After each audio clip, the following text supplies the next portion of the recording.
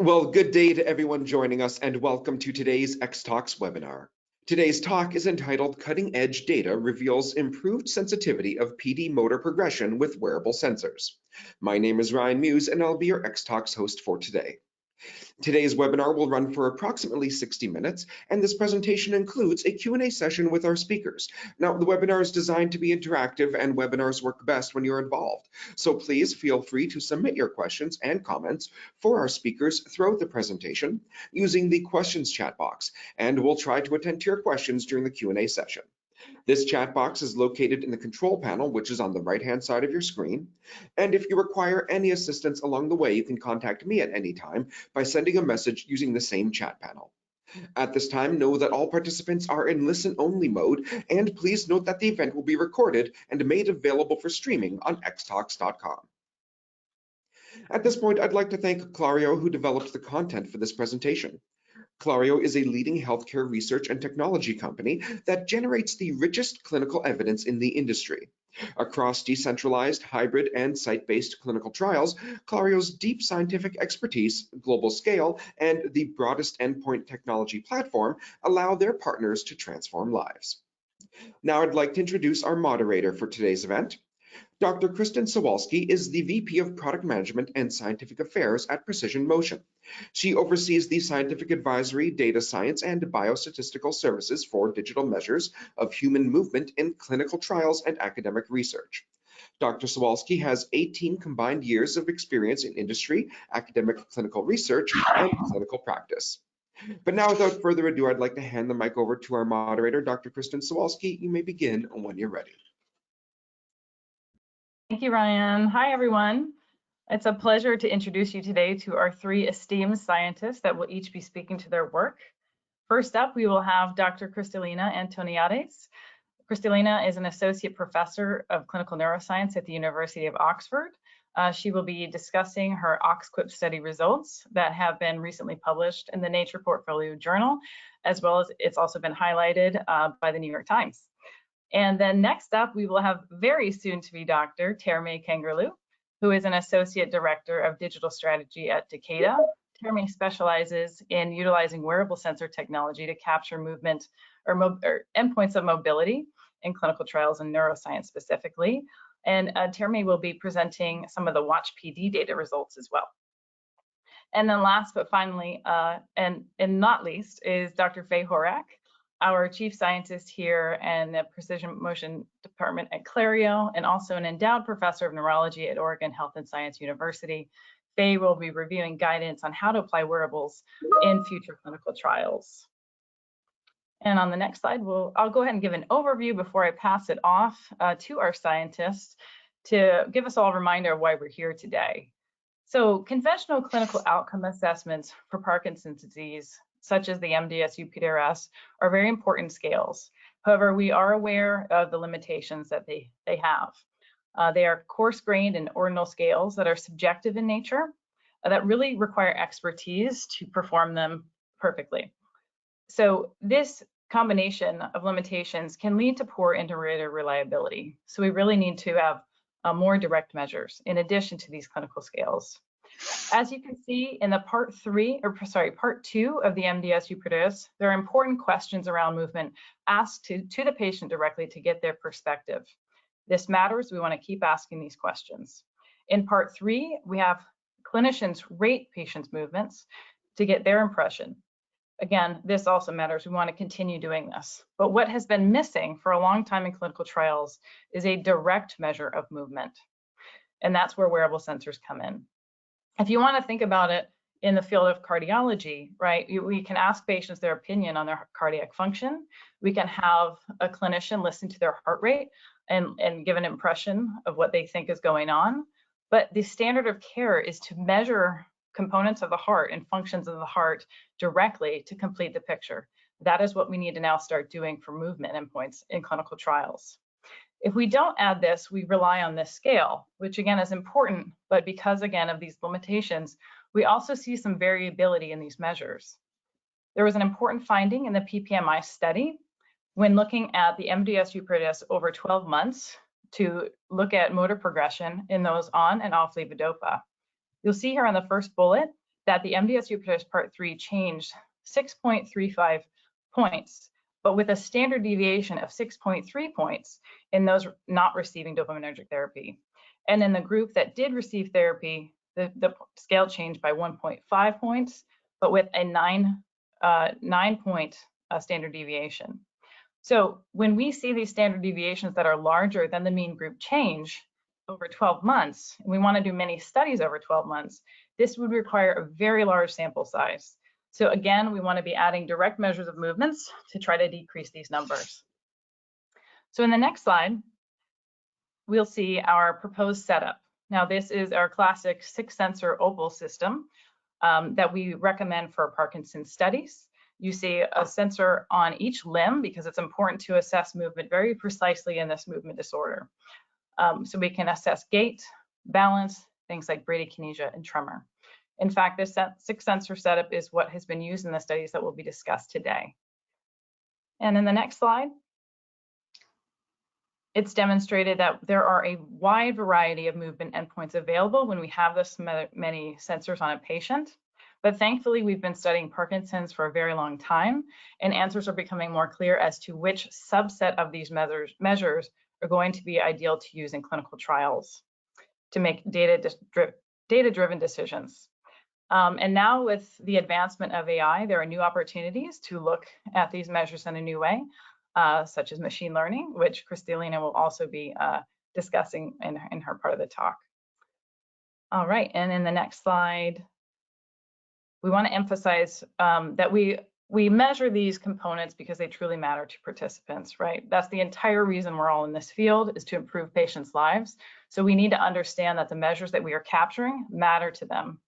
So this is a really nice figure taken from the PD-PROP study, in which thousands of patients were questioned as far as what matters to them and how frequent their motor symptoms occurred.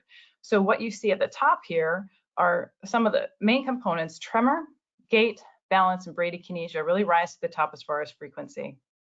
And in the next slide, we have another really nice study that was performed recently on a subset of the Watch PD participants. Once again, we see measures such as balance and walking rise to the top as most bothersome. So speaking of balance and walking, I'm going to go pass it to Kristalina to discuss her work. Great. Thank you very much, Kristen, and thank you for that lovely introduction. It saves me from explaining a lot of things. It's a great pleasure to be here today.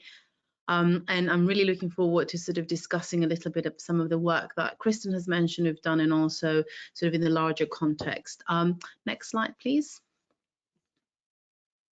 So what I'm hoping to do for this talk is just walk you through a little bit of how we've been using digital technology to quantify Parkinsonism, and particularly within a study that I lead here in Oxford University in the John Radcliffe Hospital called the OxQuip study, and this is short for Oxford Quantification in Parkinsonism. Next slide, please. So for the people in the audience that might not be really familiar with Parkinson's and where we are at the moment, the tricky bit is that we don't have any treatments to cure the disorder, but we do have treatments that can make quality of life much better for our patients. And on one side, on your left-hand side, you can see on your screens here, I list sort of treatments in terms of medication, that things like levodopa and other sort of trade names, if you like, but all of these treat symptoms effectively for a few years.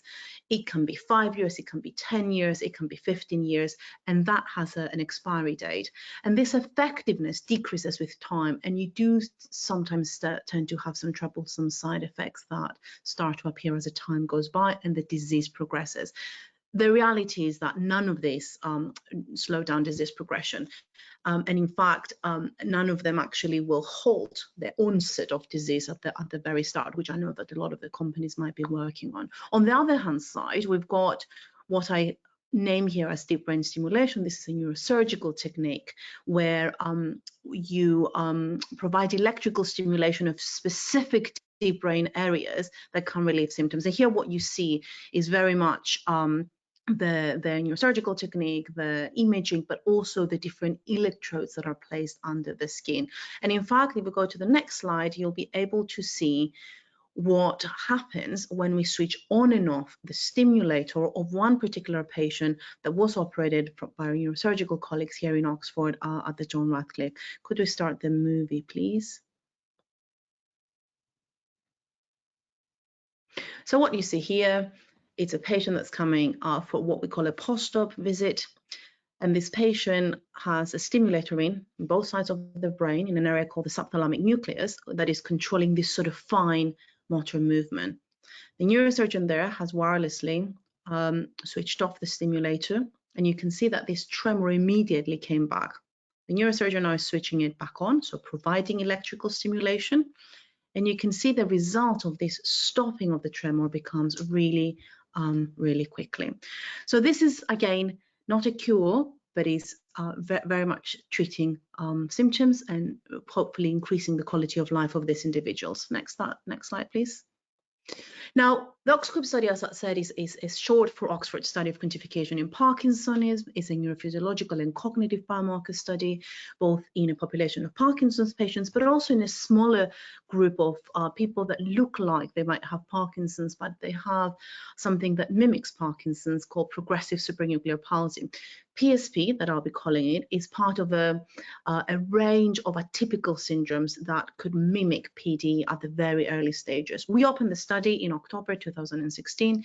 This has been originally funded by the UCB Oxford collaboration. And what we originally wanted to do is really to measure very precisely all the sort of abnormalities that we know and we see in clinic, and the timing and the speed and the coordination of different types of movements. And we wanted to find a physiological correlate of diagnosis and subsequently to track disease progression, which I'll show you some of our work. Next slide, please. Right, so how have we done that? We've looked at different modalities. We've looked at eye movements. You can see on the bottom left-hand side the eye tracker. This is a portable eye tracker. It has 2 infrared cameras just on the nose bridge and is emitting LEDs, sort of little lights, red lights that can be projected anywhere as long as you can control a little bit the light and it's not in direct sunshine. On the right of that, you can see something that we call it the tapping device. So it's a reaction time device. You can see how quickly or slowly you can move your hands and figure out whether there is a difference between the right and the left and so on. Also, upwards from that, there's something called the digitized UPDRS. These are different sensors that can look at how you move your hand from your nose to our finger when we test you in clinic and so on. And then next to it, you can see the cognitive tablet, which I don't know if you can press on that and if that works, but if it doesn't, I'll explain it to you. You can just see someone doing what we call the trails, and that usually traditionally has been done on pen and paper. And what we've done here with the help of our wonderful colleagues who did this originally on stroke patients, and we've adjusted it really, taken their work and adjusted it for PD patients. We've been trying to see whether cognitive tablets would be able to really bring a lot more information rather than just pen and paper. And the most interesting one that I'll be telling you here today that we've been looking at and we've been publishing a lot on it is this wearable sensor array that we've been using. Next slide, please. So what we've been doing is we've been using 6 of these opals from the Clario technology, placing them at different parts of the body that Kristen mentioned at the beginning. Let me just remind you where I put them. We have 1 on each arm, 1 on each foot, 1 at the front of the chest, and 1 at the lumbar, sort of lower back like a belt. And what we've done is reproduced 3 different tasks that we do clinically. A 2-minute walk. This is not the area that we test these people. We have a dedicated clinical corridor for this. This is just for the purposes of the recording. A timed up echo task that you see on the bottom of that, where the patient sits on the chair, gets up after they hear a synchronized beep, and then walks at the end of the clinic, turns around and sits down. And then the last one is what we call a sway test, where we use a dedicated little divider, if you like. I'm not quite sure if you can see that. This person is having it between their feet. And what you can see here is that we have control on how far apart they're keeping their feet, because that's important in terms of measuring some of this sway. And in this case, we ask them to keep their eyes closed for 30 seconds. Next slide, please. So just so that you know a little bit what the profile of this IMU, of this OPAL data, is a triaxial accelerometer, gyroscope, and magnetometer.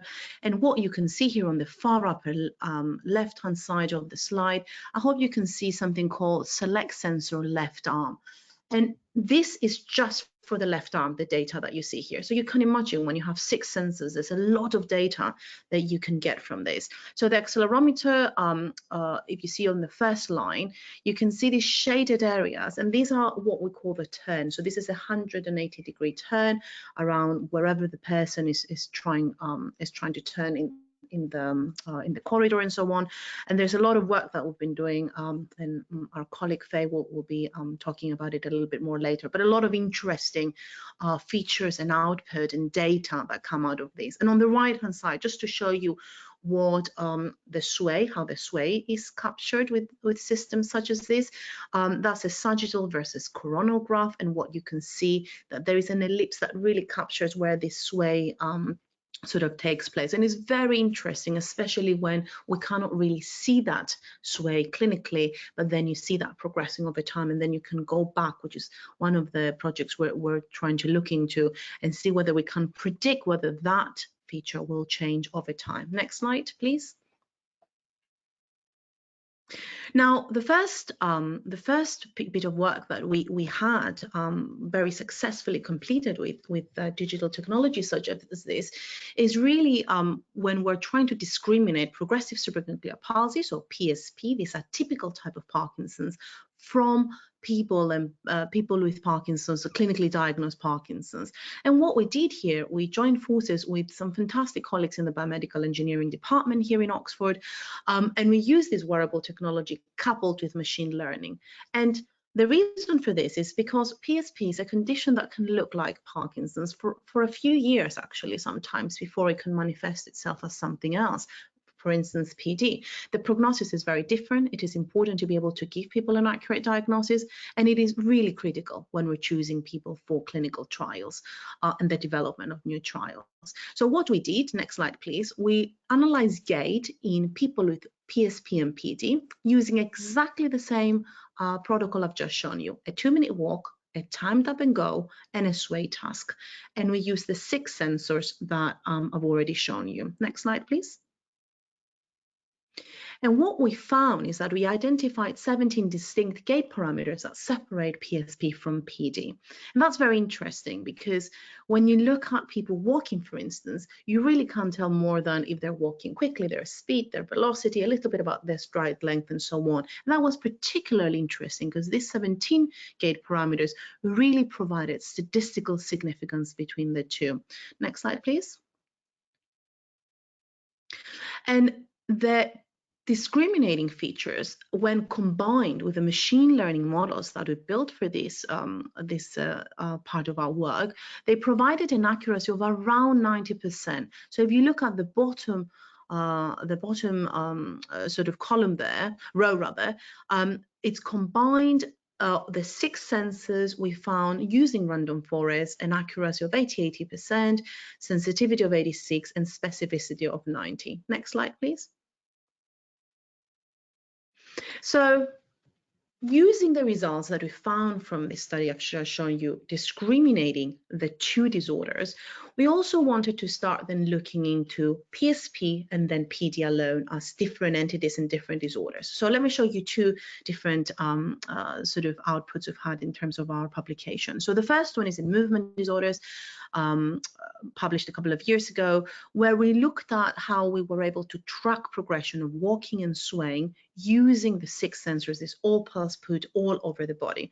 And we had 2 sort of ways of hypothesizing this, that walking and posture sway features extracted from all these serial measurements using all these 6 sensors could potentially be used to model disease progression, but also that the models we were building would be more precise and hopefully less noisy of what we see in the day-to-day clinical life, really, and providing really an earlier marker of the motor symptom progression as compared to, for instance, the clinical rating scales that Kristen spoke earlier about, the UPDRS, and in this case of the PSP, the PSPRS. Next slide, please.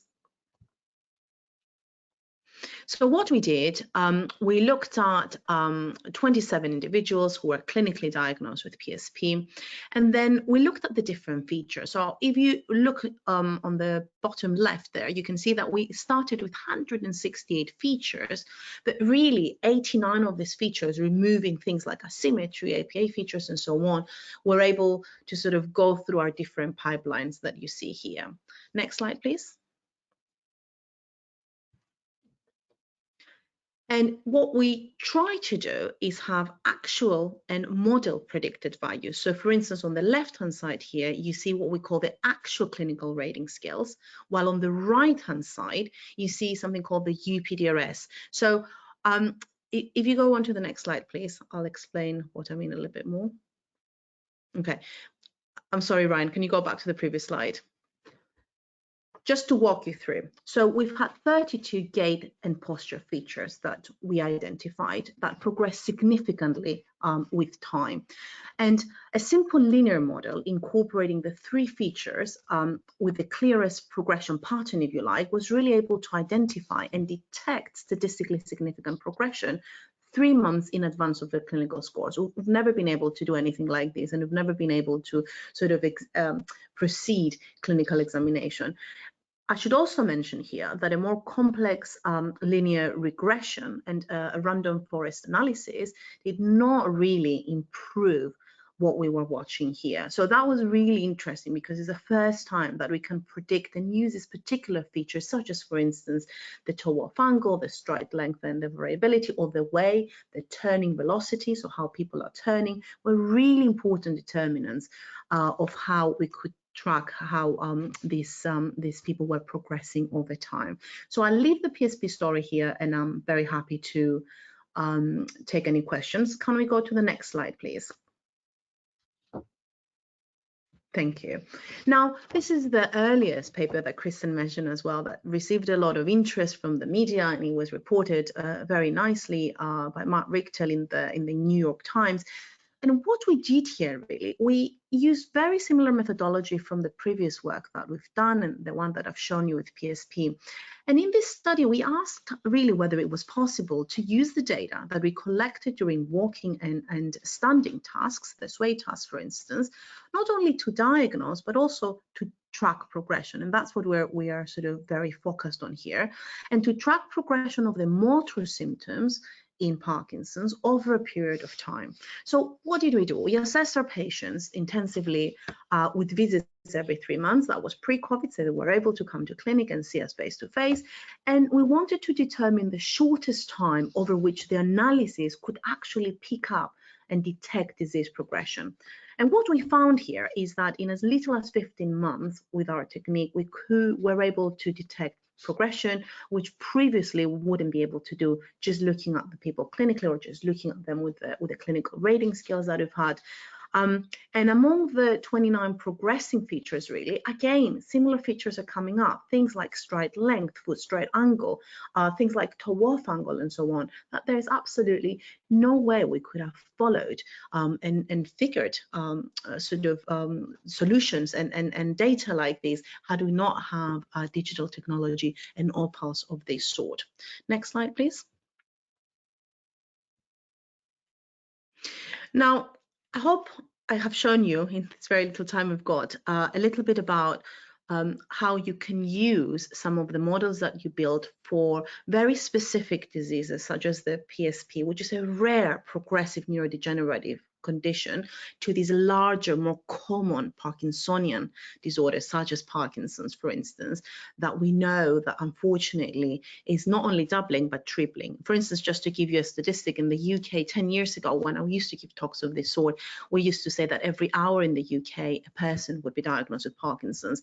And now we say that 2 people every hour are diagnosed with Parkinson's in the United Kingdom. So you can see that the need for these digital biomarkers and the need of understanding and quantifying very accurately is really important. I'm just going to conclude here by saying that technology can really help us quantify all these motor abnormalities and also non-motor abnormalities using our cognitive tasks with greater accuracy. And I really believe in combining such recordings with the clinical examination can really provide a really powerful and accurate tool. Wearable technology can be useful for personalized and continuous monitoring. I'm very keen on all of this being implemented in precision medicine, really. And also it may help to improve decision making in the measurement-based care, home monitoring, remote monitoring, which we're all moving into and trying to help. Next slide, please. I've got a fantastic team of people here. This is a work that requires a team that work hard and tirelessly behind the scenes, but also patients, our lovely patients that give up their time to come and be tested month after month, week after week, and also give us their input as well. Thank you very much, and happy to take any questions at the end.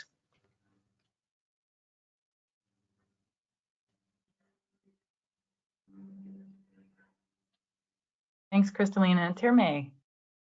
Great, thank you. And thank you, Kristalina. A lot of the work I'm going to talk about today kind of complements and expands on the work that Kristalina's team has done, which is great. And really today what I'm going to talk about is the wearable assessments in the clinic and at home and PD study, which we know as Watch PD. And what I'm going to do is just sort of give some high-level highlights of a couple papers that we have right now that have been submitted, and kind of show you what we've found, sort of the next steps are, and of course happy to take questions after as well. So you want to go to the next slide. So the Watch PD study, this is a study actually run by the University of Rochester, the Chet Center, really fabulous group there. And it's really looking at, it's a longitudinal study looking at progression in early PD. So we had 82 people with PD. The criteria were the same as PPMI. So, age 30 plus, they had to be less than 2 years post-diagnosis, HONER less than or equal to 2. And at baseline, when they were enrolled in the study, they could not have been on any dopaminergic medication, but we did power the study with the assumption that, halfway, through the study that maybe, about 50% of people would start medication. And this was not necessarily a low burden study. So I have to echo Kristalina too, just at the get-go with thanking the patients, because without them, none of this would be possible. And really what we asked them to do here is that it was a 1-year study, and it combined both in the clinic and at-home assessments. In the clinic, we asked them to come in at baseline, months 1, 3, 6, 9, and 12, where they did do a full instrumented UPDRS and did other clinical assessments.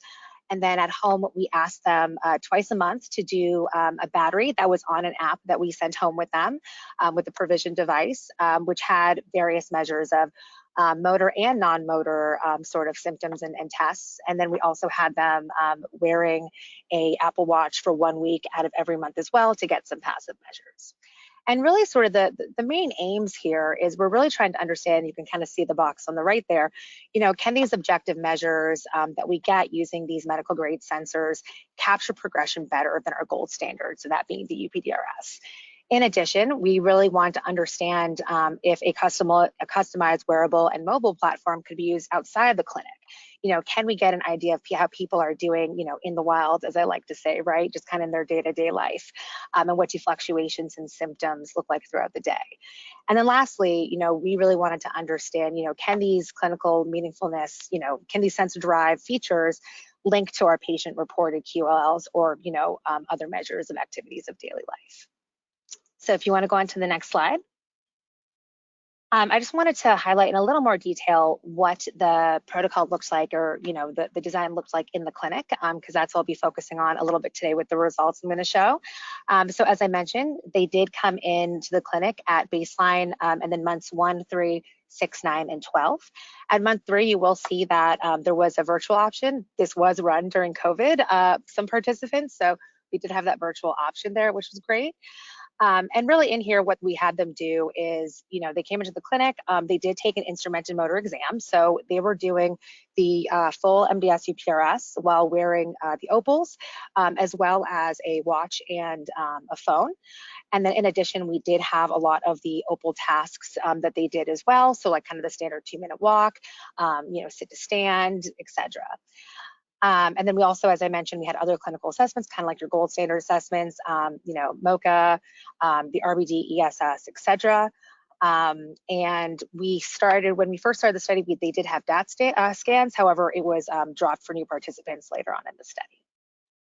So if you can go to the next slide. So a few things I want to highlight that we found. So this is from our longitudinal paper, which is actually in preprint right now. And, we looked at a ton of different measures, and with the gait measures especially, we did see, a decline among people with PD throughout that 1 year. Specifically, we did see reductions in arm swing, gait speed, step length, and stride length. And what we found is that when we kind of looked at these changes over the 12 months, the magnitude of the change was larger than when we, versus the individual items of the UPDRS. So if we looked at sort of the individual gait items, we did see that the magnitude of the change when we looked at the data from the Opal sensor over the 1 year was larger. But it wasn't larger than the overall, the change in the overall scale, or even the change in the overall UPDRS-3. And then if you want to go to the next slide. And actually, one more other point I want to make on this slide. I'm so sorry. I told you the next slide and I'm going to have you go one back. But the other point I wanted to make on here too that was interesting is, as you can see in this, in this figure here, what we found as well is a lot of times when we did the, the tasks in the clinic using the Opals, we did see, better, more significant, larger change than the tasks we did at home. And I do think to some extent this is a big advantage of using the Opals in the clinic, because we have a really nice sort of standardized, area, right? We have the 2-minute walk, they really measure out the 10 meters. So it's kind of a very controlled environment. And so in some ways we get, we'll get really nice measures. And I also think that's probably part of the discrepancy a little bit that we might see here between some of the at-home measures as well versus in the clinic. All right, now you can go to the next slide. And then another paper that, and some other work that's been done on these data that I want to highlight as well is a paper that's also in preprint by Matt Check. So what he did was he actually took the data from the Opals in the clinic, and he pretty much created this bradykinesia composite score. So a lot of the times, we talk about, and this is kind of where we want to move forward to, is more of a composite score, right? The individual features are really important, but how much can we really understand sort of more what's going on in the disease and more holistically, if we're just looking at maybe one feature versus if we can get something like a bradykinesia composite score, tremor composite score. We've talked about moving forward, as a group wanting to do a motor composite score.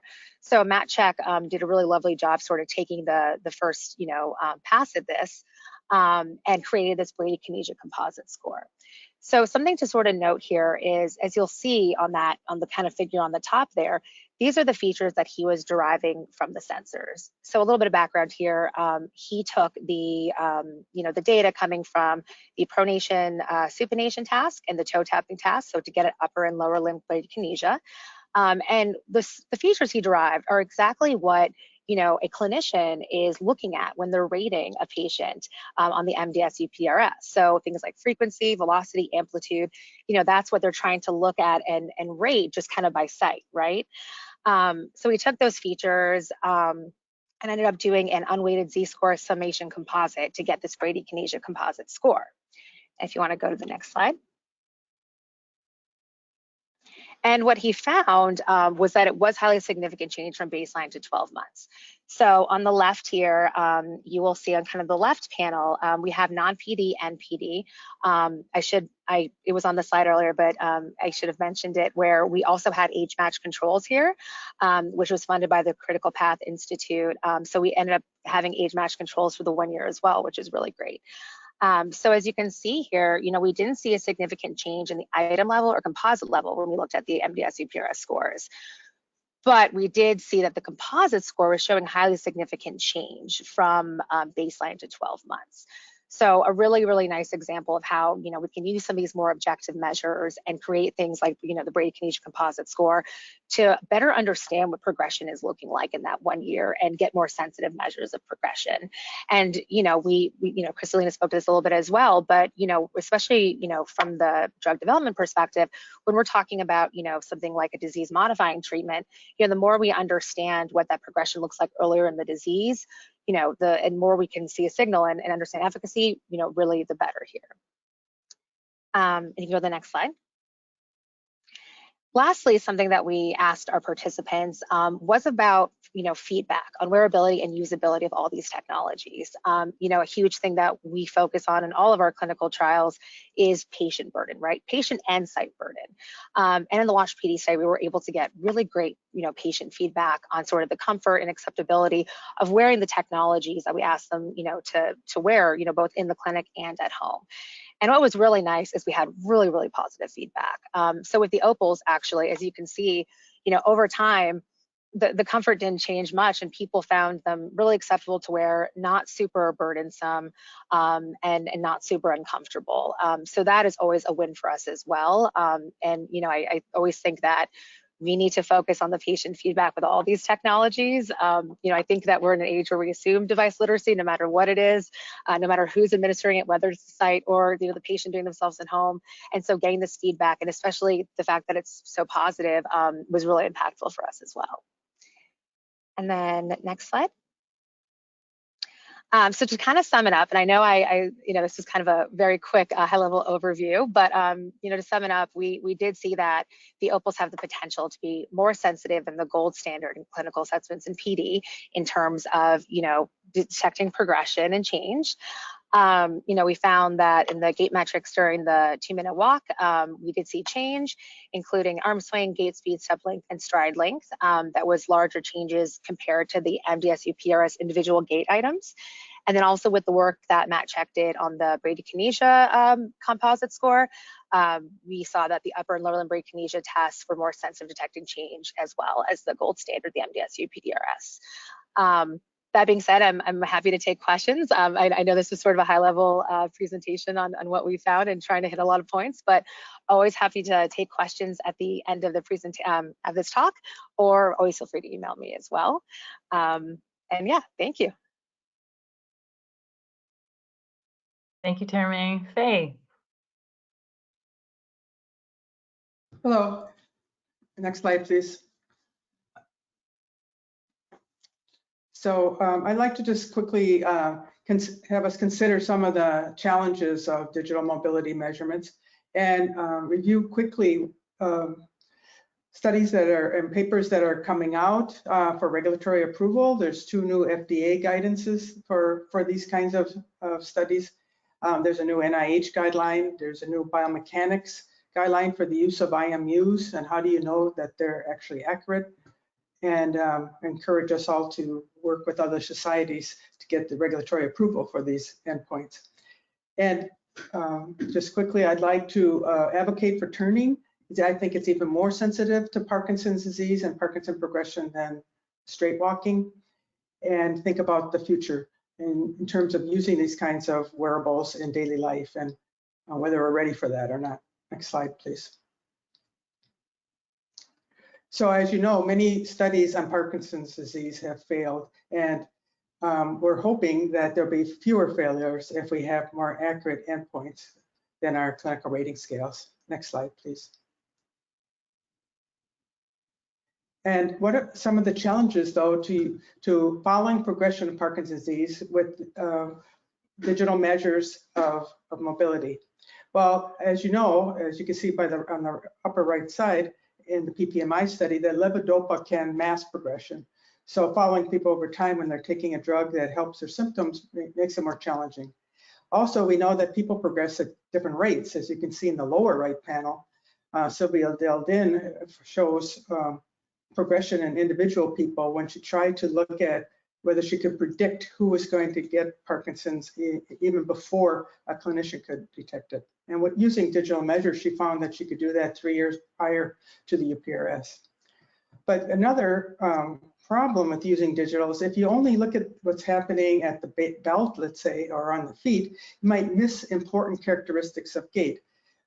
There's a study by Merleman showing that measures from the arm swing and upper body, as you heard previously, are very sensitive to progression early in the disease. And if you don't measure trunk motion or arm movement, you might miss these sensitive measures of progression.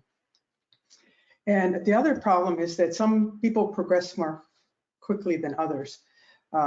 And like people who have tremor dominant problems actually progress in their balance and gait more quickly than those who start out with more balance problems. And then we have to think about combined scores or machine learning.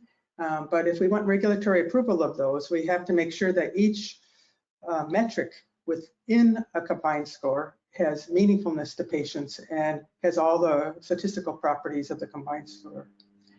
And the other thing is many systems other than the Opals don't have synchronized sensors where the data coming in and all the sensors is coming in at precisely the right time, at the same time. And with clocks changing over time, you could have abnormal, unreliable, and inaccurate measures of coordination of the two legs, for example. Next slide, please. So there's only been about 10 studies before the two you heard about today that have studied progression of gait, and all of them included people on levodopa up till now. But what these studies found, and they all agree on, is that the kind of gait we want to look at is normal paced, longer walks, like a 2-minute walk. And the reason you want 2 minutes is that you could look at gait variability. That's the minimum number of strides that you would need in order to have accurate measures of gait variability, which is one of the sensitive measures of Parkinson's disease. And below you see that gait is composed of multiple different control systems, and all of these can be affected by Parkinson's disease. And the ones that have asterisks above them have the ones in the literature that showed that they're sensitive to progression. The pace or the speed of walking, which includes things like the angle of the foot at heel strike, gait variability, like stride time variability, stability of the upper body and arm swing, and turning. But upper bodies, like arm swing, is very sensitive to progression early in the disease, whereas gait variability may be more sensitive later in the disease. And since gait is complicated, we need to look at these different control systems to see which give us the best signal. And this might be why it's a good idea to have a composite score, since these are relatively independent neural control systems that are affected more in some people than others. Next slide, please. So recently I was the chairperson of a committee for the NIH that provided guidelines for clinical trials in Parkinson's disease on digital outcomes. And these are the criteria, the statistical criteria, ideally that you would have in order to have a really useful outcome for a clinical trial. You need an accurate device, and the manufacturer should be able to provide that. You need to show that its context of use is valid, that you use it in early or middle or late Parkinson's, that it's sensitive and specific compared to control subjects, that it's reliable, that it has face validity. That means it's somewhat correlated with UPRS, but it adds value to it, that it should be related to patient-reported outcomes, that it has some relationship to pathophysiology, ideally, like to DAT scans or other measures of physiology, that of course it needs to be sensitive to change, and you need to demonstrate it's meaningful to patients and responsive to progression. Next slide. And if you're interested in getting FDA approval, these are two guidances that recently came out this year and last that help you provide the information to the FDA so that you can use these digital outcomes for clinical trials. Next slide, please. Now, why do I like turning? Well, the basal ganglia is important for control of axial tone, for interlimb coordination, and for postural stability. And all of these are important for turning. And we've done studies showing that people with Parkinson's disease, they turn with their feet too close together. So their center mass gets too close to the edge of the base of support, and it's a very common cause for falls. The other neat thing about quantifying turning is that these measures of turning are related better to the motor UPRS and to the PDQ-39 than the other 100 measures of gait. So if you have a person walk back and forth in a clinic, for example, and you have 180-degree turns, over 2 minutes, you'll have 7 or 8 turns that you can average. And what we see here on the right is the how well each of these different measures of turning, and quiet stance and gait are related or correlated with the motor UPRS. And the green ones at the top, they are correlated at about 0.5, 0.45, are all turning measures, the peak velocity, the turn duration, and number of steps to turn. So they have some face validity. Also, turning is very sensitive to levodopa, even more than gait speed. And even people who are newly diagnosed, have normal gait speed, they have slower than normal turns. And I learned today that people with progressive supranuclear palsy, or PSP, also have slow turns. And if you were going to measure turning at home, you have a lot of chances for that, because people turn about 100 times an hour, or about 1,000 times a day. And even though people with Parkinson's disease don't turn any less often than control subjects in the home, we found that the quality of their turning is affected for sure. Okay, next slide, please. I think we all know that we would like to measure quantified gait and balance and turning in the home, in daily life, in unobtrusive ways. And we've been doing that in our laboratory, wearing 2 opals on each foot and 1 on the belt. And there too, when people wear these for 7 days, we find that turning is important. On the left, you could see the area under the ROC curve that is showing what features of that we measure are most sensitive and specific for Parkinson's compared to age-matched controls. And you see turn angle, it comes out at the top. That is, they don't turn as large of an angle during daily life as control subjects. And the blue ones are gait variability measures that are also sensitive to Parkinson's. And then we did a little pilot study in newly diagnosed people with Parkinson's. We had just 15 people with Parkinson's and 10 control subjects. And we followed them every 6 months for 18 months. And again, we find that turning starts to show a signal at about 12 months where it gets slower and slower. Thank you. Next slide, please. There's a recent study just published in February, Movement Disorders, by Knott Merlman, where they looked at quantifying gait and turning during daily life. And what was nice about this study is they compared it effect size with over a 1-year period change to the UPRS-1 in the first graph at the top, UPRS-2, the middle graph, and UPRS-3 at the bottom.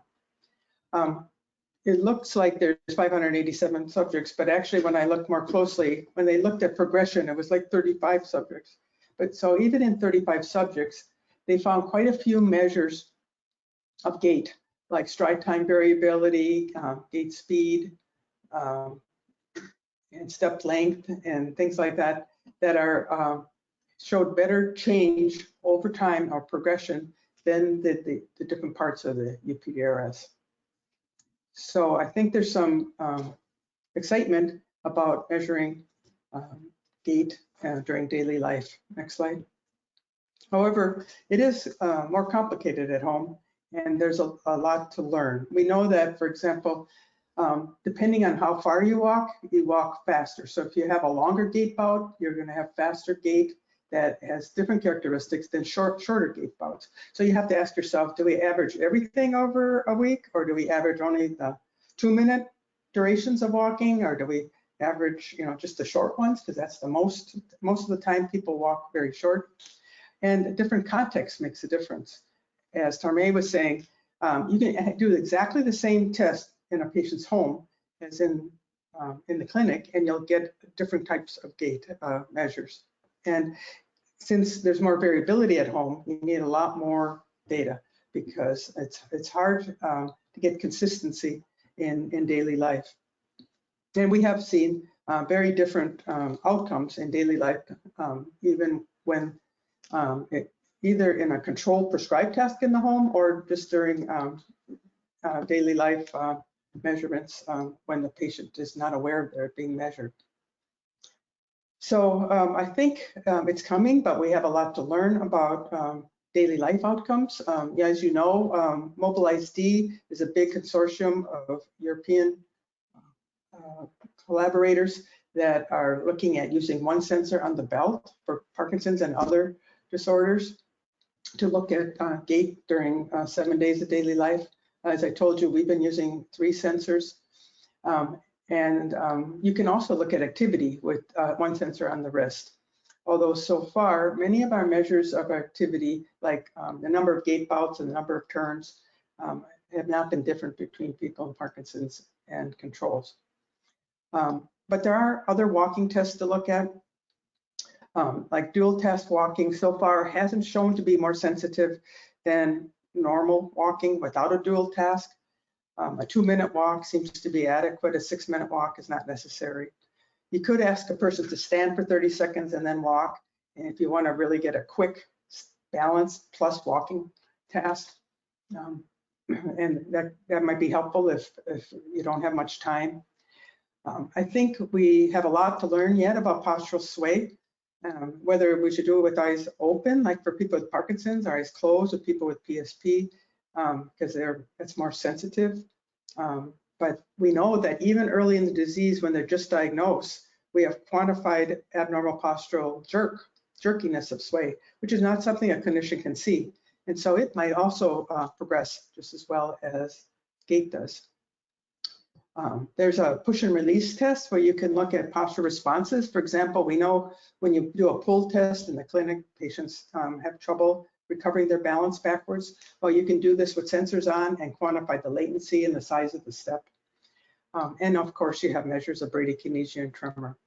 So and maybe some combined scores here of balance and gait, and maybe other characteristics like bradykinesia and tremor will be more like show the robustness of the motor UPRS in considering several different symptoms of Parkinson's disease.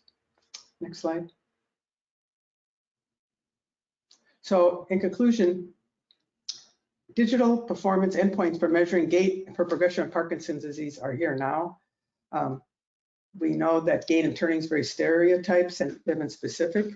And we've got a lot of evidence that a 2-minute natural pace walk is helpful and useful.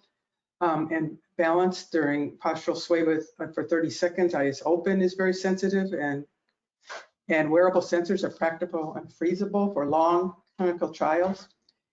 But more work is needed. We need to validate endpoints in independent cohorts. Once we come up with a score, like a combined score, we need to show that score works for another group of patients, of course.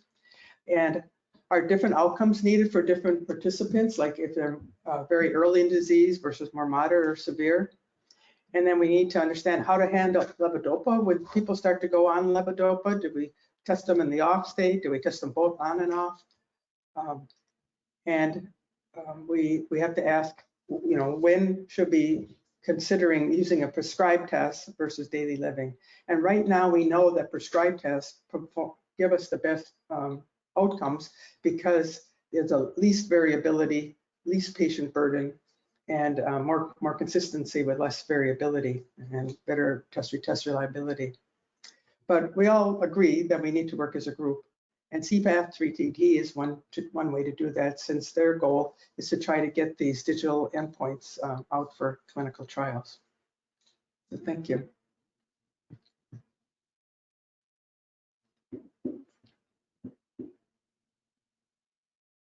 All right, thanks, Faye. It is now time for the Q&A. I see the questions coming in.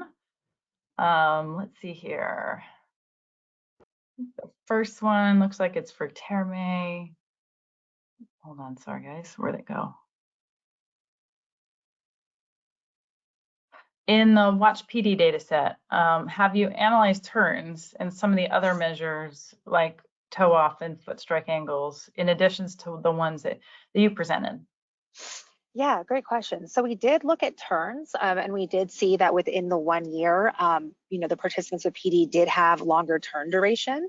So we did look at that. We have not yet looked at some of the other features that the opals can give, so like the toe strike angle, et cetera, et cetera.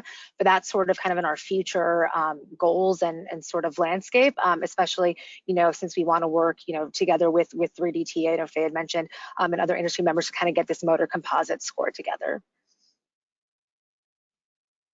Thanks, Terme. Let's see here. Okay, I think this one looks like it's targeted to you about turning. Turning biomarkers look really promising. Do people with Parkinson's disease opt for shorter turns, or are they breaking down their turns into smaller ones? Is this something we can investigate using this software? Oh, you're on mute, Faye. Thanks, sorry. I think that's a really good point. Why are people have smaller turns in the home, right? Is it because when they try to turn, they freeze and a 180-degree turn looks like two turns, like two 90-degree turns? That could be one reason, because an algorithm could say, well, if there's more than 1 second hesitation between stepping, we'll call that a stop of a turn and then a new turn. Or it could be that they just avoid really big turns because they're more dangerous. When you turn quickly, there's a lot of inertia and you could be falling to the side that you turn to. So I think there's more laboratory studies that are needed to understand that in daily life. But you could see that they do turn, the peak velocity of turns is slow. They take more steps to turn.